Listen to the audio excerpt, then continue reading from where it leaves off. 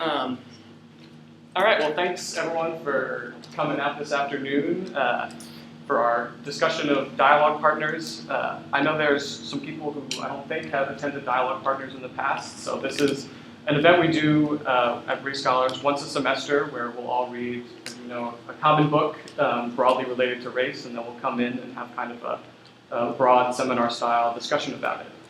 So today, as you know, we're discussing William C. Rhoden's 2006 book, $40 Million Slaves, The Rise, Fall, and Redemption of the Black Athlete. And it's my pleasure this afternoon to introduce our interlocutor for this discussion, Bomani Jones.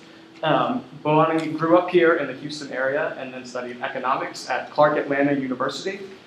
He then went on to earn a master's degree in politics, economics, and business from Claremont Graduate University and a master's degree in economics from the University of North Carolina at Chapel Hill. Bomani has had a wide-ranging career in media where he often speaks on issues of race and culture in the sports world.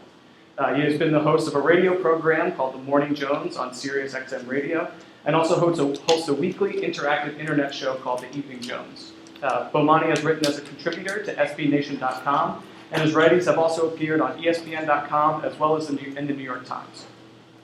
Many of you might recognize Bomani from his television appearances on ESPN, where he is a frequent panelist on Around the Horn and Outside the Lines.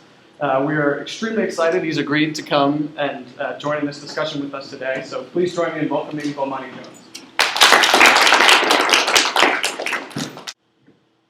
So the first thing I wanted to kind of start with posing a question to you, and then we'll open it up to everyone else, is just one for you to, or I guess for you to talk about, given the way that Rhoden kind of makes this case that the way that black athletes are exploited and kind of denied real power in the sports industry, do you find the plantation metaphor and the kind of comparison to slavery, do you find it appropriate or do you think it's hyperbolic? I guess we can kind of fall on that broad question. Well, okay, so my main point on that is I do not find the metaphor to be a stretch. I do not find the metaphor to be at all offensive. And in slavery, I think the part that offends people is the idea that someone you're paying millions of dollars, how dare you call that person a slave? Well, we forget something, that money was paid for slaves.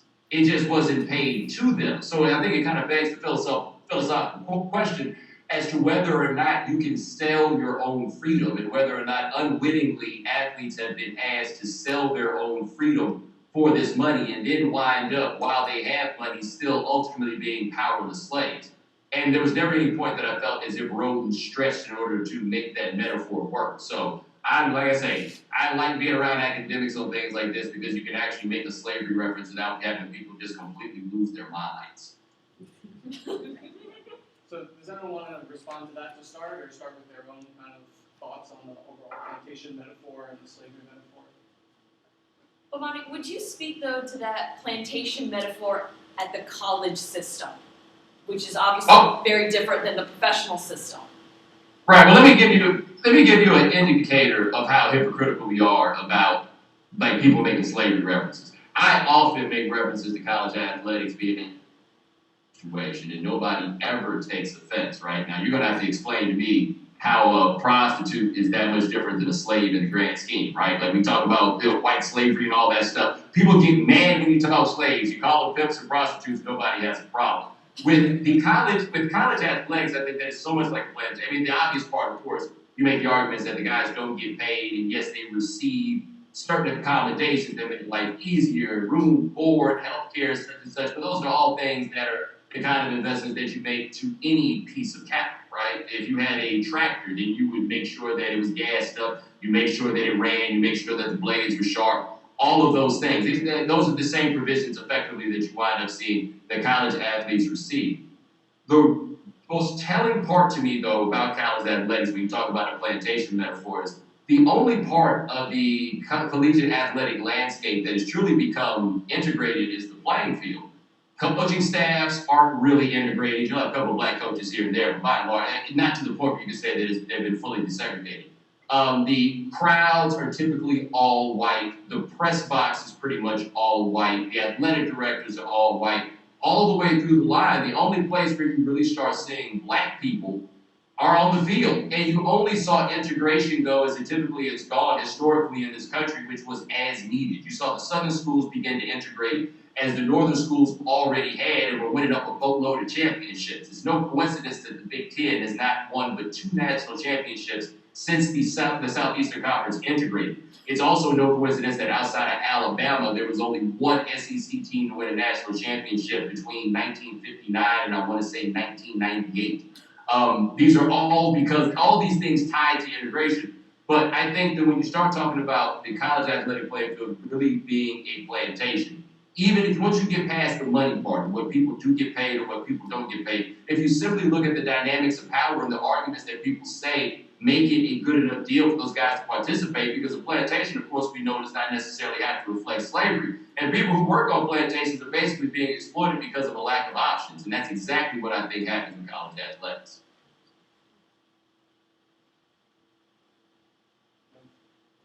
Any other kind of voices in this conversation? What do you mean by lack of options? Lack of options. Okay. The way this system has been drummed up now, the way it's been set up, I think people make the argument often with football players, with basketball players, well, you could go to the developmental league or you could go to Europe. And going to Europe to me is the dumbest answer possible. Like, I'll raise your hand. Everybody that's 18 and ready to go get a grown man in Europe, let the grown man or woman in Europe let me know right now. Like, that's it. That's not feasible.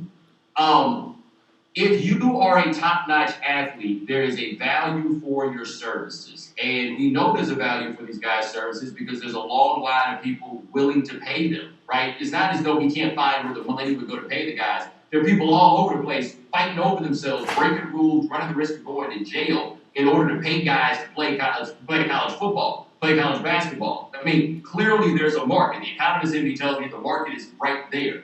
So, yeah, but the goal for most of those players is to become professionals. The pipeline for becoming a professional athlete, especially in football, is to go play college football for 3 years and then you go to the NFL. If you're looking to prepare for the NFL and you're 18 years old, there's nowhere else to do it really other than within the university's amateur athletic structure. So I don't see where else there is to play. Like, if people just wanted to play football for the sake of playing football, you can go do that outside right now. That's not why people go play football at these large institutions. They go because, as much as anything else, that's the feeder to the next level, and they got a monopoly on it. Yeah, and it seemed to me, reading this book, I think it was interesting that Roden played college football at a historically black university. So it seems like, for me, a lot of this is tied up with the decline of sports, of athletics programs at HBCUs and the kind of rise of these of athletic program and the growth of athletics at these other universities. So I guess how could things have been different, or how could they be different in the future when you think about the role of historically black universities in this? The future is an interesting question because I think it's fair to ask whether those schools have gotten so far behind that they will ever be able to catch up, especially with the funding issues that some of them tend to have generally. The mistake that black colleges made was that they were not prepared for the day that they did not have the comparative advantage in talent. They did not prepare for that day. The day was going to come where the large white schools were going to integrate, and from there, they would become the more attractive options to players. And the black schools needed to find some sort of way to keep up or some way to generate revenue. As the game became more and more about generating revenue and using these programs, let's be clear, it's always been about generating revenue. It's now about generating revenue, however, on a scope that I don't think anybody ever could have envisioned in the 1960s or the 1970s.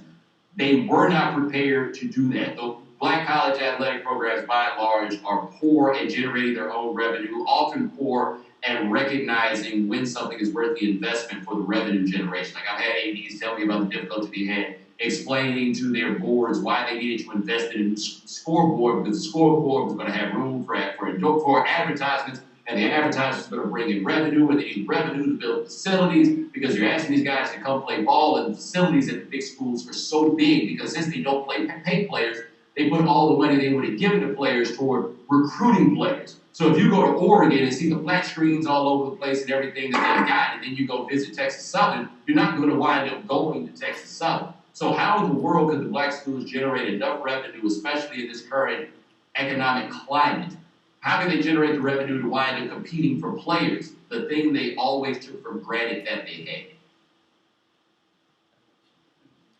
Bomani, I'm wondering if you think there's a shift in terms of the way that sports media and specifically internet culture thinks of college athletics today. I think of a book like The Last Amateurs by John Feinstein. That's a book that came out about 20 years ago, and for those of you who don't know, it's a book where this Washington Post writer basically follows the men's basketball teams in the Patriot League. And it's a league that doesn't offer athletic scholarships. They're all there on academic scholarships. The idea is that they play for the love of the game, and they are truly sort of the last amateurs, and they are the outliers in college athletics. But it seems to me that therein lies the point. They're the outliers, and that's not how most college athletics are. And I think about if something like The Last Amateurs came out in 2013, that the internet would just rip it to shreds for all of the flaws that it has. I'm wondering if you think there is a significant generational change in media and with internet culture in terms of the problems with college athletics today. I wondered that because I can't tell. Like Taylor Branch in his, story in The Atlantic, I thought was very interesting is that he said he had never considered the problems with the athletic system until he really started looking into it. There's a gentleman here whose name is Bob Orr. Bob was a former former justice of the Supreme Court of the state of North Carolina. And he became interested in the NCAA after UNC had all their drama, and then he started looking in and he came to find out how few rights that the players had, and it's now become his cause. He's really into that. He does pro bono work on behalf of Shabazz Muhammad, for example. He was representing him in that case. And every time I saw it, I would wonder, I was like, oh my goodness, like you guys had really never considered this until now? Like this had never ever crossed your mind? And I can't quite figure out if that's what it was or exactly how this goes. Because I do feel that with the internet that there's a great change in at least a more palpable feeling that there's opposition to the status quo. I think we see more of that, and I think we see more of it on the ground. And it is starting to trickle more, I think, into the mainstream press and the things that they ultimately say. The tricky part is, as soon as the violation stuff comes up, the old guard pops up right fast because they're so conditioned to have problems with that. But what I want to see is this internet generation that has these issues with the current system. My guess is that a lot of them are in their 20s, maybe early 30s. Those people tend to fall in line behind those sorts of causes until they get grown. And then their voting patterns change, the things they're worried about change, and everything else. So I do think that there's a bit of a change, but I wonder if those that I feel have changed will remain changed as they get older.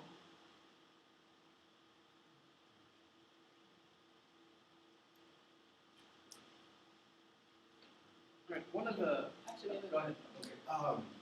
So do you think that the patterns that have to do with recruitment in college, both college athletics and professional athletics, has to do with the problem of association? I've been taking a class regarding slavery and the fact and how slavery became a racialized issue and how blackness became associated with slavery. And I wonder if the same thing is happening with blackness within college systems. Is blackness being associated with college athletics within the college system? It is, and the reason for that is because the only sports that really generate revenue are football and basketball, and there's so many black people participating in those sports. And it's become black because it's fair to say that a significant proportion of those athletes who are participating in those sports would probably not be at those universities otherwise. So yes, it has become a proxy, just like poor has also become a proxy when talking about college athletics, which I think is a problem because it stops making this a moral argument and starts making it an argument of needs. And then people's argument will be, well, hey, man, just give them enough money to pay their bills. As if anybody ever applies for a job and says, I just want enough money to pay my bills. That's all. Like, we're just going to completely ignore market structure and everything else. But once you make the argument that they're poor kids and don't you want to help out poor kids, there's real liberal guilt associated with that. These guys don't have any money. Don't you want to give them some money to let's do what happens to be right? So I agree with you, though. There definitely have been proxies that are almost demonic devices that have been adopted for athletes. One of them is black and the other one is absolutely poor. I guess when I was reading this book, I kept thinking, just to kind of play devil's advocate with myself, I guess, kept thinking about Major League Baseball and these camps they have set up all over Latin America. And now, obviously, some of these players are Afro-Latinos, but more of them are not. Yet a lot of the same issues are prevalent in terms of exploitation, in terms of the lack of power they have in the institutional structure of Major League Baseball. So I guess, other than the fact that in the United States, kind of like you're saying, being poor and being black are kind of inextricably linked, what makes this specifically, I guess I was questioning if this can only be, I guess, a racial argument when you think about these other sports, and especially thinking about Major League Baseball and poor Latinos. Right, and see, that's the thing. That's part of where I was talking about road and being too binary that I found to be a bit of a problem. Because what you're saying right there is absolutely correct. I think the story coming out about the young man who died in one of those academies recently has really gotten around. Is that we forget about some of these struggles for other people. Like there's something weird about the United States, and I don't think that enough has been made out of this. I guess it's not just the United States, but I think it's fascinating. If you pay in football, it manifests itself more and more because football is much more diverse than basketball, but it's also quite segregated. The black guys who play football are far more likely to have grown up poor. The white guys are far more likely to have grown up rich. Or sons of players, your dad was a coach or something like that. People got the money to get them lessons, to get them around in the summers, to play all of these games. Like we've almost got two worlds going on at the same time that people forget about. And we don't think about it because the white kids are getting exploited too. It's just that their parents have money, so it's like we don't care, right? It's like nobody thinks about it, and they don't complain because they're not broke, and they don't think about it within the same context, right? The expansion of what Roden talks about, I do think should extend to the Afro-Latino guys because part of it I think that gets lost. Not just Afro-Latinos, the Latinos playing in the Caribbean. The thing about it is once they get to the United States, you can make this argument about a language barrier if you want, but I don't think that holds. Like how many of those folks, those guys that are coming from these academies, how much do you hear from? How interested are they in anything that involves rocking the boat? And that's a big thing that comes, I think, when you start talking about guys that are coming from different countries. So, for example, not to take it back to college sports so quickly, but there's a situation where there's a guy, I forget his name, but he runs this AAU program called Indiana Elite. And Indiana Elite is a big deal because basically all the good players you see on Indiana's basketball team right now, they pretty much all played for Indiana Elite. Like the return of Indiana Elite has been this pipeline from Indiana Elite there. Well, this guy also happened to run a program that is a basketball outreach program in Africa, right? And what has been alleged by many people is that these guys are in Africa and then they bring them over, from the outreach program and they live in somebody's house in the United States. So it's like, oh wow, basketball has delivered this young man from his impoverished hell and brought him to the enlightenment of the Western world. And then they get to the Western world and there's pressure on them for where to go to school because there's shoe companies involved. There's this guy's AAU program, the relationships that he has, or everything else.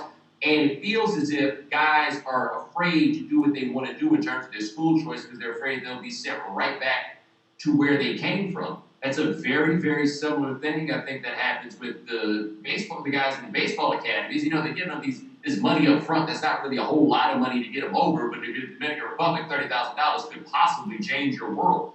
All of these things are setting guys up to where once they're on, they are powerless. They feel very much so gratitude for where they are, and basically leads them to being in the same situation that Roden describes black athletes as being in. So I think you're absolutely correct that the danger in racializing it is ignoring how common some of these factors are for people, not just in this country, but also in the rest of the world.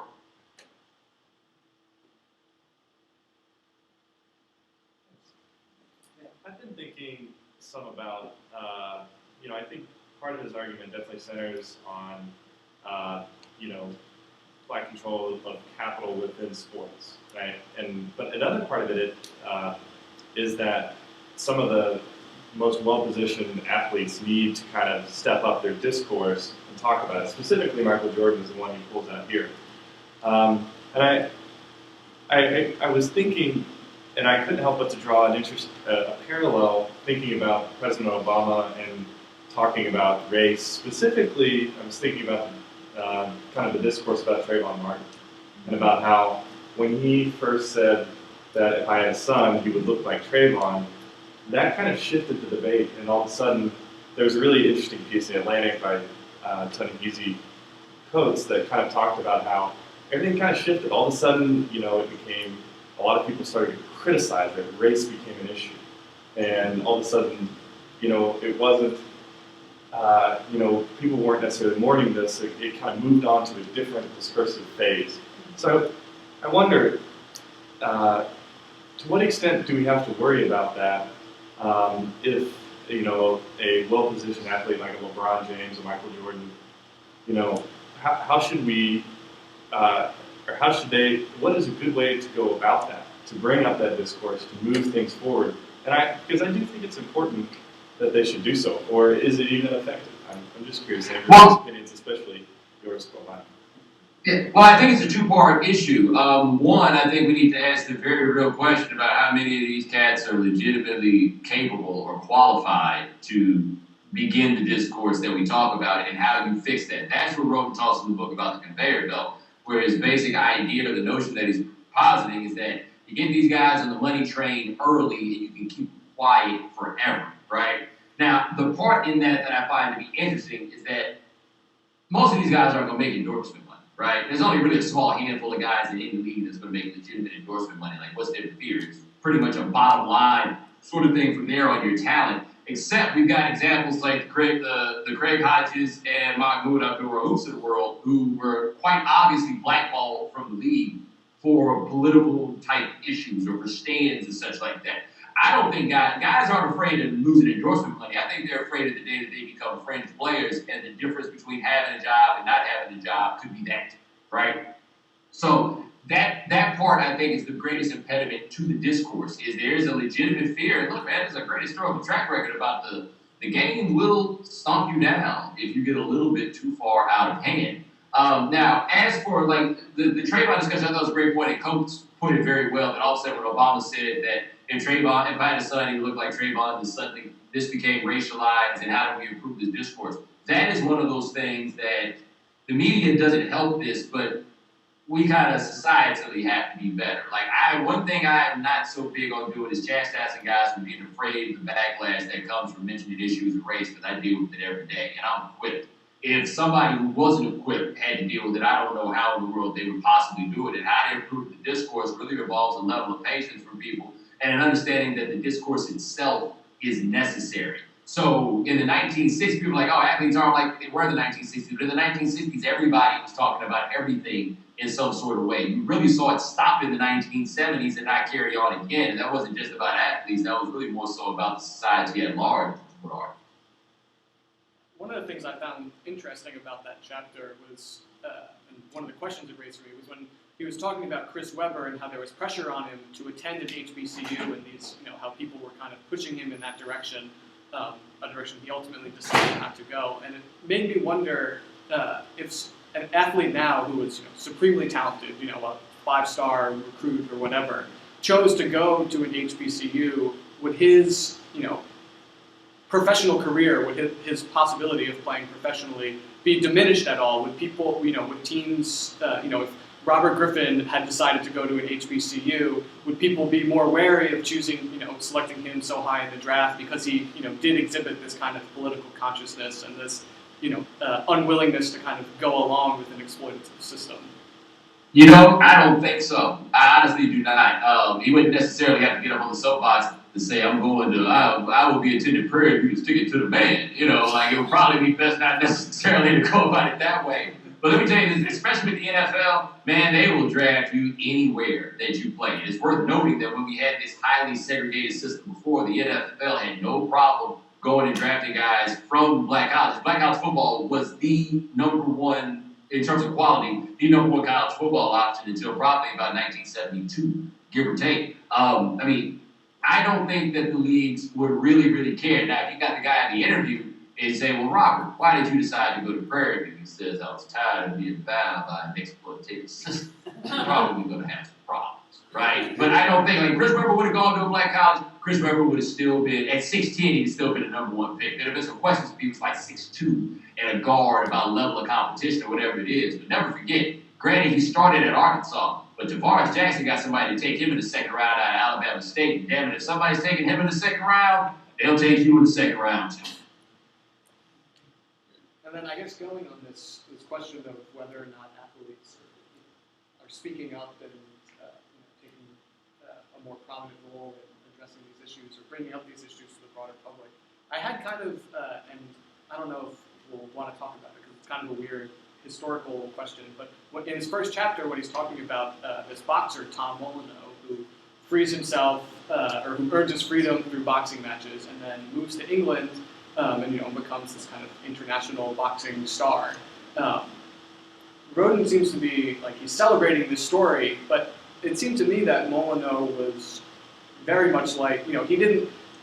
This is a time, he was in England at a time when the anti-slavery movement was really picking up steam, and it didn't seem like he used his position as this international superstar to kind of join that movement and say, not everyone has the opportunity that I had to escape slavery. So he seemed to kind of be equally silent as some modern athletes, and that's not a connection that Roden seemed to make. Yeah, I felt like that. I had that same feeling too when I read that, as if Roden had an understanding of the circumstances Molyneux was in, and therefore, he got why he wouldn't necessarily say anything, but didn't seem to have that same feeling about the people. He's got these young guys in the United States, which, by the way, is perhaps a generational sort of thing, right? Like, hey, I had to go through fire hose and everything else. Boy, got it easy. Not that Roden talks like that, but it's the same sort of argument, and it is not being applied to the people above him. Was kind of funny, and I just had to share this with somebody since we thought about it. Molyneux was like Jimi Hendrix pretty much, right? Like I had to do the Chitlin Circuit thing here in the United States and had to go to England to become the man, and then once I got there, they were so thirsty for an authentic black blues man that's ultimately what he became, and he wasn't talking about nothing either. Till the end, by the way. When Hendrix started getting unpopular, when he started dedicating songs to Martin Luther King and got off the anti-war bandwagon and everything else, right?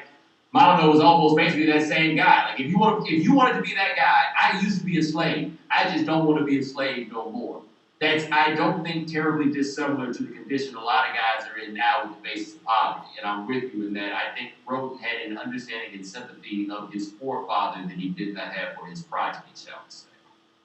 Yeah, he says explicitly that he, blew this second fight he had because he was partying and drinking out in all over England, and that he wasn't, he fired his coach, and that he wasn't prepared. And it seems like if this was a modern athlete, Roden would have been much more critical of these types of decisions. Yeah, and say one thing about it, boy, history allows us to be real understanding of stuff. Like when we start talking about the guys back in the day, it's amazing how back in the day, it's, oh man, you'll never believe, because we're almost like so amazed to find out that people were fuck-ups back then just like we are now, right? Like Mickey Mantle. We can talk about Mickey Mantle in these romantic terms, but would you want Mickey Mantle on your team now?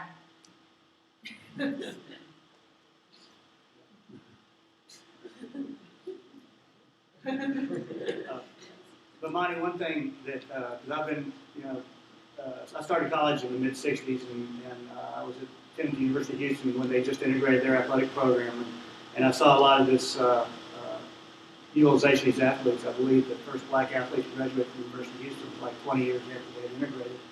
And but I see it also with the white athlete. I think the college system, at least in the years gone by, was just basically taking these great athletes, and as you said in football, it's the only farm system. They were letting them play, maybe finish their eligibility, but maybe not graduate. And even at the pro level, there's still not a lot being done until recently to prepare them for life after sports. And so it's really kind of an abusive system at all levels. So would you like to respond to that at all? No, I agree, and I think something has changed as the money has changed that, as an economist, I tend to look at it in these terms. Say the 1960s, or in that time period, you weren't putting all your eggs in the basket of being a professional athlete because that basket wasn't going to pay, right? I mean, you might be able to make some money off of it, but the return, or the possibility of return now, is so much higher on being a professional athlete, if for no other reason than the expansion of the leagues. there are twice as many basketball teams as there used to be. There's twice as many football teams as there used to be. There's twice as many baseball teams. Well, baseball expanded much more early, but you get what I'm saying. That the odds of landing your big score are so much better now that across society, including white kids with the educated parents and everything else, they're going all in on this sports thing. You know, we need a minivan with DVD players in the back so they can watch something on the way back and forth to these AAU games. Man, most of those kids playing AAU baseball, spending all their time in the summer, are never going to play Major League Baseball. So that time you could have spent going to a pre-college program or something like that is gone. And those same guys do wind up in that system in the game. And I think that our assumptions, you know, well, I mean, academics, I can say white supremacy without it sounding so dramatic. But our the white supremacist assumptions that we have are that all the white guys are just there doing work and making grades and everything else and the full-on model of what you want your athletes to be. No, a lot of them are dumb as bricks too and haven't learned anything, and they haven't learned anything because they've been allowed to not learn anything going through this system the same way that the black athletes have. So I really appreciate you bringing those things up because I do think that the same way the Latino baseball players are lost in the racialization of these discussions, there are a lot of white kids that go to school and then just kind of wind up bouncing around and going to this class, going to that class. Like, hey, look, when UNC was having these issues with the classes and people talking about these people not going to real classes, here's the dirty secret nobody really wanted to talk about. Those weren't just football and basketball players. That's a lot of women's soccer players. There's a lot of field hockey players. There's a lot of people in these non-revenue sports who got to put in all the same time because their coach is afraid of getting fired just like the other coach. And they're in there, these no-show African-American studies classes where you turn in a paper that nobody ever reads. And on the back end, they're going to be just as screwed as everybody else because they didn't learn anything in college. With that kind of UNC scandal, do you think the discourse around it would have been different if it wasn't the African American Studies department? Like if it had been art history instead of African American Studies, do you think people would have looked at it any differently? No, that's funny. That's been a big point that's been difficult to explore because Nyangoro was so out of hand with what he was doing that day. Playing the what-if game, it's not like this was a fringe case where like, these are white people, we would have ignored it. No, this is pretty bad, right? The most telling thing to me about that was the fact that he's been the head of the department for 20 years. And I don't know how department heads work at Rice, but I bet you're not going to find a department at UNC where you've had the same guy in charge for 20 years. It's just typically not how it works. It rotates around, let alone a guy who has been going every semester, showed up in the first day of class, said, hey, I'm going to Africa to do research. It was always Africa, because nobody cares what country in Africa you're going to. It's all Africa, right? I'm going to Africa, and I'm doing research. I'll be back at the end of the year. And he did this over and over and over again, and nobody ever cared. Like, how can you be the head of the department for 20 years while you're in Africa for the whole time? But all those things kind of colored the discussion, and that was part of it too. There was this big thing, more and more of this, the African American Studies Department, but it wasn't the African American Studies Department really. It was the head of the African American Studies Department and his secretary. And I don't think that it would have been characterized as the whole department headed in the art history department.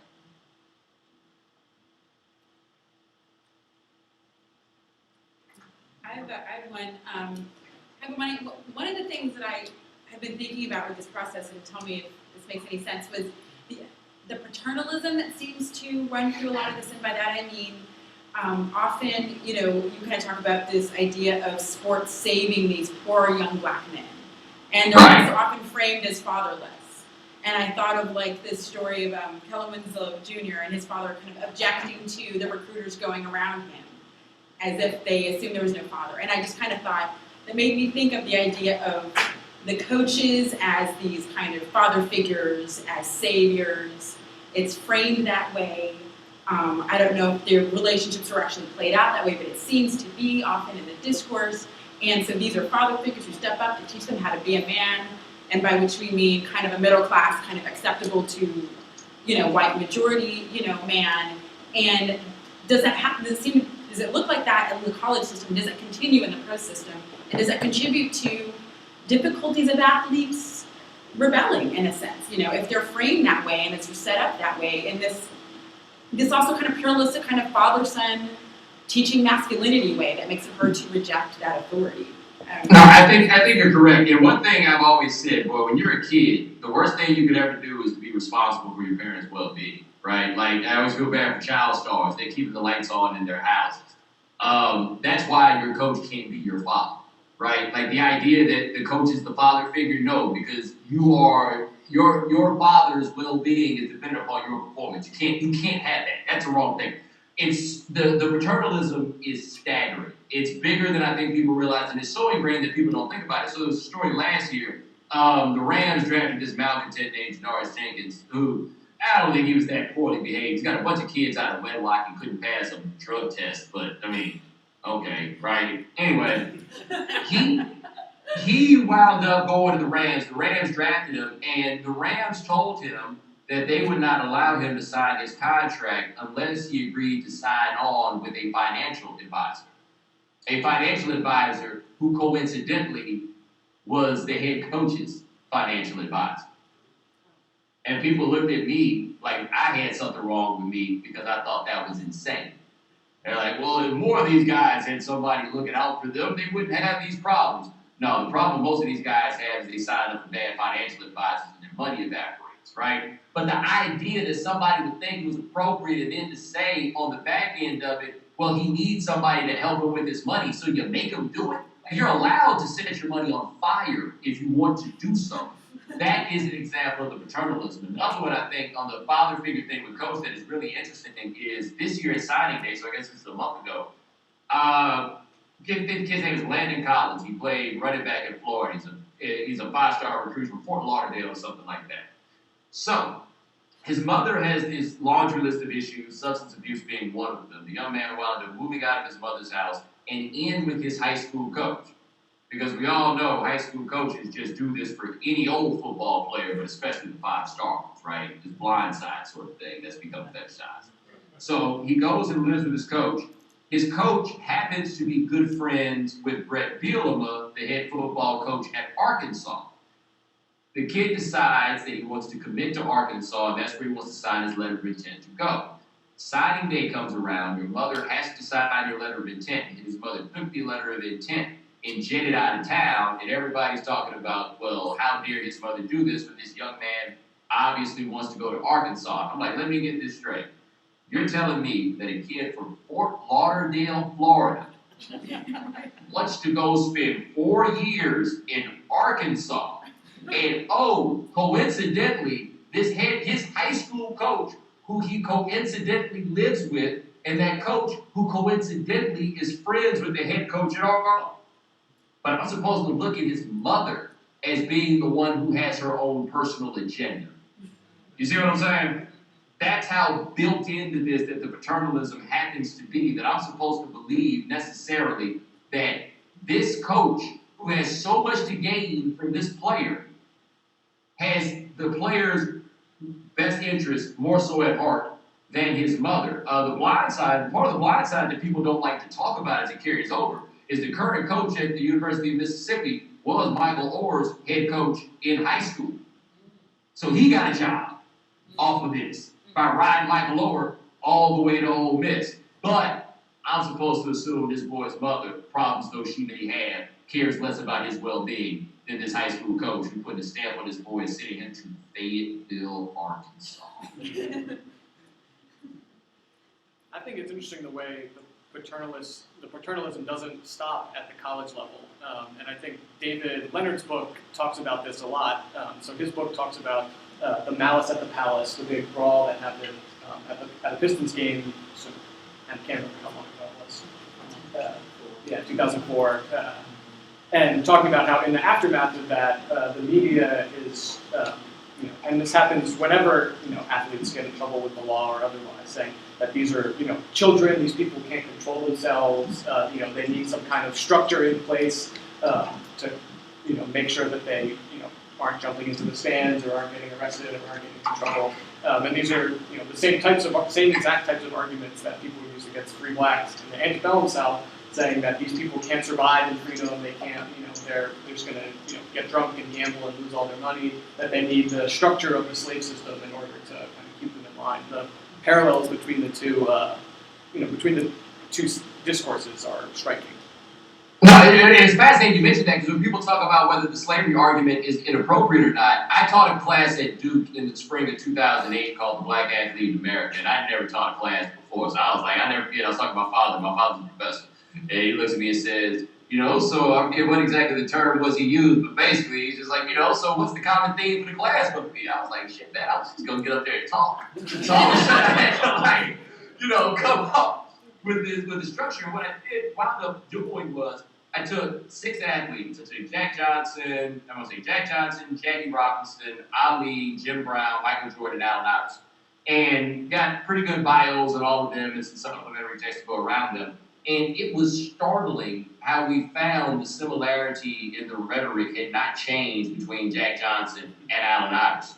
It simply had not. It was the same thing. So we talk about that, the idea, that he's going to get drunk and and all this stuff. All those things you talk about in sports, all these things keep carrying over. We just don't call them race anymore. It's the carryover of the Ronald Reagan 1980s, where the brilliance of Ronald Reagan was his ability to speak in code. And we've coded it up so far that people do not realize they do it so reflexively, it's so default, that they don't realize they're saying the same thing they've been saying for 200 years. And that paternalism right there is, without white people, how in the world are black people going to survive? Or more accurately, without white people, how are we going to keep these black people from killing white people or stealing from white people or whatever it is? Who's going to make them work hard? Because that's the big thing in the NBA. Nobody works hard, right? All these arguments, somebody's got to make them work hard. Somebody's got to get them to do all of this. And it all ties right back to this Kipling-esque sort of paternalism. Are those lights in your hair, by the way? Not you, John. What? Yeah, you with the lights in your hair. What? Oh, it's funny. I asked the question a second ago. It's like you got the headband with two Oh, different. it's my sunglasses. I'm sorry. Oh, okay. I was like, I'm lights in your headband. That's amazing. Sunglasses, sorry. I forgot those. Let me tell you, I was going to give you all the credit in the world. You go walk around Rice with lights in your hair. I was like, shit, do you? She was beating them from Mars. Yeah. I am Yeah. Mars, quite literally. Thank you.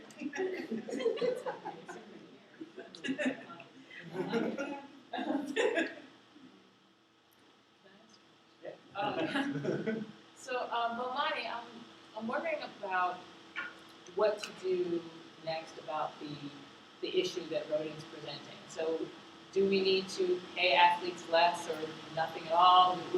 What is the best way forward in terms of remedying the problems he's laying out? I think Rodin, I don't want to say inadvertently, but it wasn't really spelled out. I think the mistake that he made is not quite relating the particular situation of athletes to the larger situation. So I was talking to my mother a couple days ago. She's a professor also. And she's not one of those good old days kind of people, But she is so incredibly frustrated with how unprepared she's finding that her students are in her classes, and she does stats now. But just how totally unprepared they are. More than just being unprepared is their expectation that they don't have to do anything in order to get by within their coursework. Man, we have quantified this education thing in such a disturbing and staggering way that I'm not sure that the things we're talking about remedying for athletes, even if you fix it for athletes, suddenly what would happen is athletes would become the most conscientious students in your school, in all likelihood, right? Because everybody else is kind of falling off in the same way. And it's not pay the guys less. For me, what the colleges could do is this, and this is nobody ever talks about it. If college athletics were forced to use college students, real life college students, I'm not even necessarily saying that the requirements to play should be exactly the same as they are to get in, because I think that this allows opportunity for guys who, for whatever reason, weren't able to make grades and then use this other talent to get them to a different place in life. I would not want to take away that sort of opportunity. That being said, if they demanded that the guys be college students, things would just be so much different. Like, I watched a documentary on UNLV's team. Well, I was in it. So, yeah, I watched this documentary.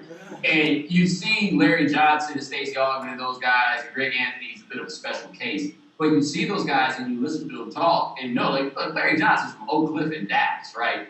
You listen to him talk, and it becomes very clear very quickly that he got some real value out of his time in college.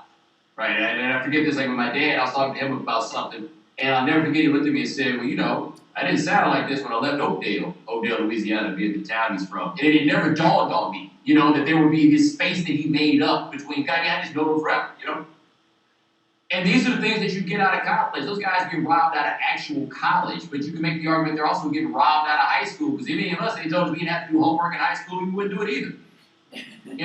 And that's where I think it comes up. If you raise the standards for everybody, not even necessarily the standards for performance, but the standards for participation, I think you clear up a lot of these other issues that you wind up having with guys. I really think that's what happened. But as the money got bigger, the incentive structure got skewed, and it became a better bet if you are in this crumbling public school. Not that everybody is, but if you're in this crumbling public school, are you more likely to get to MIT or to the NFL? And the fact that the NFL continues to rational people to look like the answer is a problem that I think transcends the athletes themselves or even the athletic situation. I think one of the questions I have, and in reading the book and kind of coming up with these questions and thinking about this event, is how do we get this conversation outside of the academy to the public at large? Because when you start talking about even suggesting that these are issues or suggesting that there's a kind of plantation model in professional or college athletics, people immediately have such a kind of visceral reaction that no, that's not true. They throw out the word like post-racial and whatever. So how do you talk about this in a more, with the public more broadly, without kind of having someone accuse you of playing the race card or making everything about race, or to kind of get a better conversation around so that we can get some resolution on at least some of these issues? Man, you find a great way, you let me know, because I am Captain Race Car according to the general population. And I don't know, the problem that I find we have is that somehow you got to find a way to talk about race that does not make white people believe that you're talking about them. And people across the board have a tendency to take things personally, but the ground that has to be made up in the discourse is really a ground among white people. White people are the people that folks actually listen to. There has not been a significant movement of social change in this country that was not enthusiastically endorsed by some white person of consequence, that includes the civil rights movement, and people historically believe the turning point of the civil rights movement was the death of Goodman, Schroeder, and Cheney. Kind of ties into that point. And I'm not sure. Like when I've done radio, I found some decent ways to kind of talk to people that always involve me making it clear that I went to high school in Waller, Texas. You guys are what I know, like the dudes with the belt buckles and the cowboy hats and everything. That's what I grew up in. We did a 10-year reunion at a bar called Hoses and Harleys on FM 2920. Like once I was able to explain to them that we had that sort of commonality to them, like look, I grew up on Jones Road. I'm not exactly coming to you from mean streets of the Fifth Ward or nothing like that. Once I could do that, I found that we could get something done. But the problem is, not everybody's going to know me personally or well enough for me to be able to have that sort of discourse with them and to kind of set them at ease. And I just don't know how to talk. And I don't think anybody's come up with it. A way to talk about race that is both effective and doesn't threaten people. Because I think folks just have to realize generally. I think white people need to generally realize that we got a whole lot of problems here, and chances are you're the beneficiary of them. And I think black people need to recognize that while these white people are often the beneficiaries of the problem, I don't think that you'd be so quick to give your stuff back either. Once you have a bit of an understanding that people are in those two places, well, maybe you can find some level of dialogue, but it's not going to work with people slaughtering white people every time they make some sort of mistake when it comes to race. That's like, I talk to feminists who have the hardest time finding husbands because they just can't let it go when the dude makes a mistake on gender. Like, this is what's going to happen. We all grew up in the same madness. So growing up in the madness, unless you got some racism repellent that they don't sell in stores, what are you going to do, right? So I guess there's a level of patience that you got to have in the discourse and on an issue that, quite honestly, we've been too patient about. So I don't know. Like, I recognize the difficulty in that. I just think that I'm not in the business of shaking people's shoulders and trying to make them get it.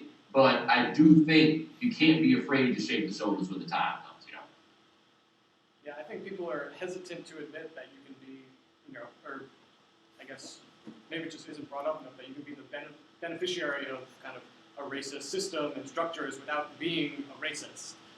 Yeah. And it comes But that's but also, if you've been taught your whole life that if you work hard, you'll get all these good things. God forbid somebody tell you that it's more than hard work that got you there. I mean, that attacks people's self-esteem and attacks their ego. So if I go in and get it for a job with somebody else and the other guy better than you, and one thing I can tell you, generally speaking, about white people in this country, you ain't getting very far talking about how the black dude is better than them, especially if you're the black dude in the discussion.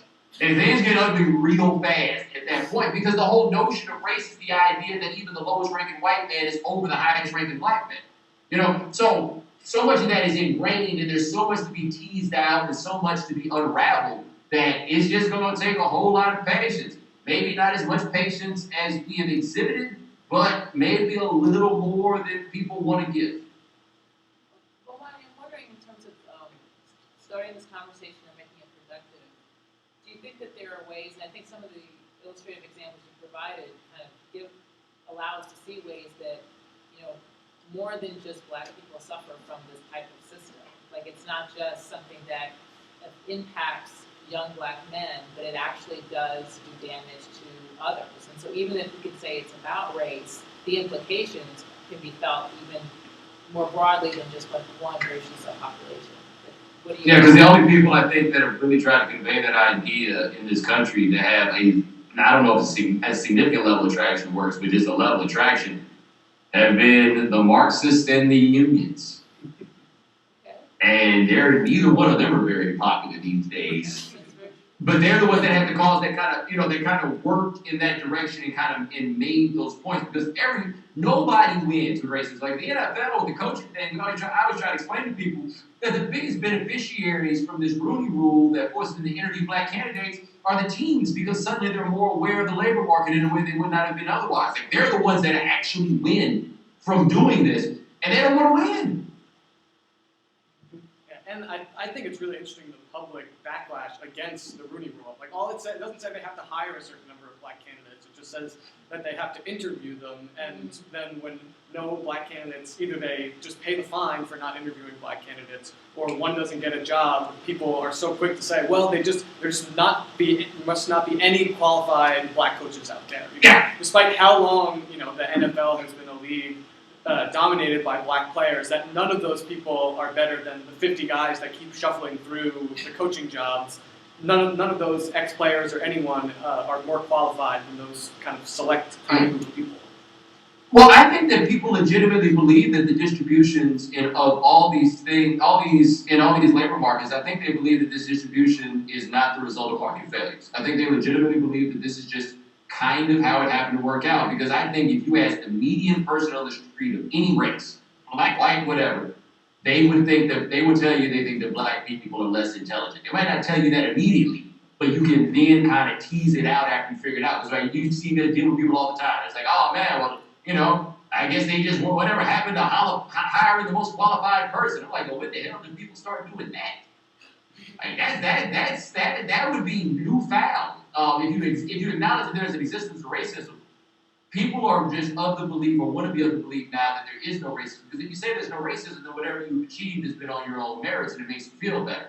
But there's nothing about speaking to the existence of racism that makes anybody feel better. And I do think that the way people feel about themselves is a much more important variable in this than people recognize and realize. Self-identity and the ways that people determine what their values are, what they provide.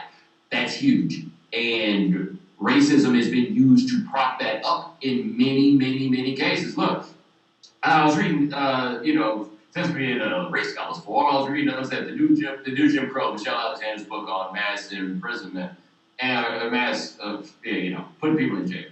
Anyway, the point that she makes that I think is very important is that every time that you see movement on these sorts of issues, what winds up happening is the right wing in this country goes so far to the right on race that it forces the left to then move to the right to not make it look like it is the party or it is the side of black people. And gradually, that's how you wind up with this country that we got now, that for better or worse, no matter how you feel about it, what was once the center is now the way left.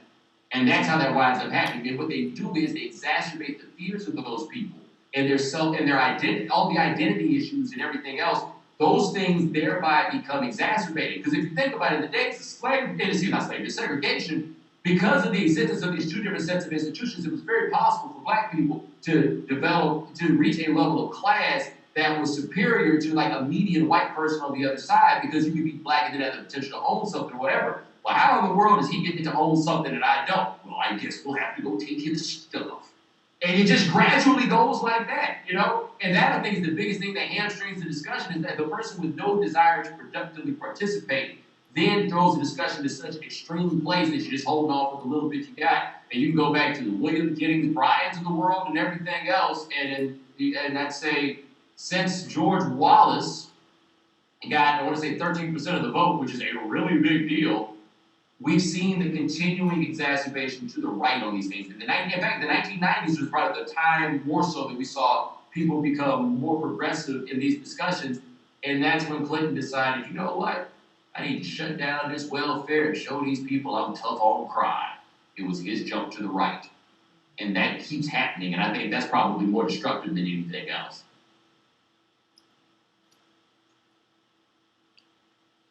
If no one else has any other questions, I just have one more to kind of round out the discussion a little bit. I was wondering if you think the book would have been different if Roden was writing it right now, instead of writing it in the early 2000s and publishing it in 2006. If he was writing it now, if you think he would have taken a different tack on anything, there probably would have been about 100 pages on LeBron James and the decision. But other than that, do you think there would have been any kind of substantive differences? I think he might have been a bit more striking. And here, it's funny you mentioned LeBron James. Here's the chapter that would have come out of it. This is something about the LeBron James story that nobody really talks about. Now, I talked to Kirk Flood's wife. She was at this conference I was at a couple of years ago.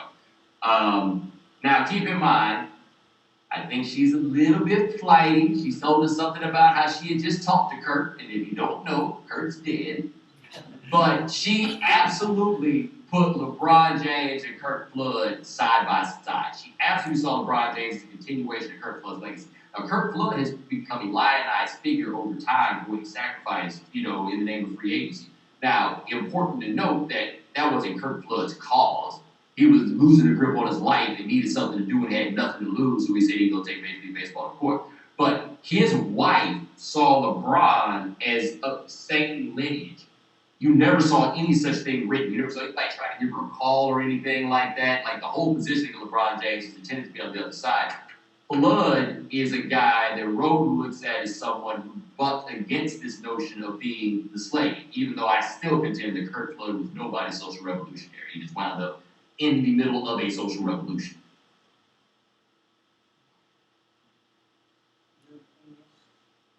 Any other last questions? All right. Well, thank you very much for doing this with us, Bomani. It's been great. Hey, no, John. Thank you in particular. Somebody asked me today to tell me about myself. I was like, I'm an erstwhile academic that kind of talks about sports. So it has been so refreshing to have a conversation on these sorts of issues with this. I mean, like I am legitimately thankful that you invited me, and I appreciate that you thought enough of me to have it. Great. Thank you, and hopefully we can do it again at some point. Hey man, just let me know. I'm around. All right.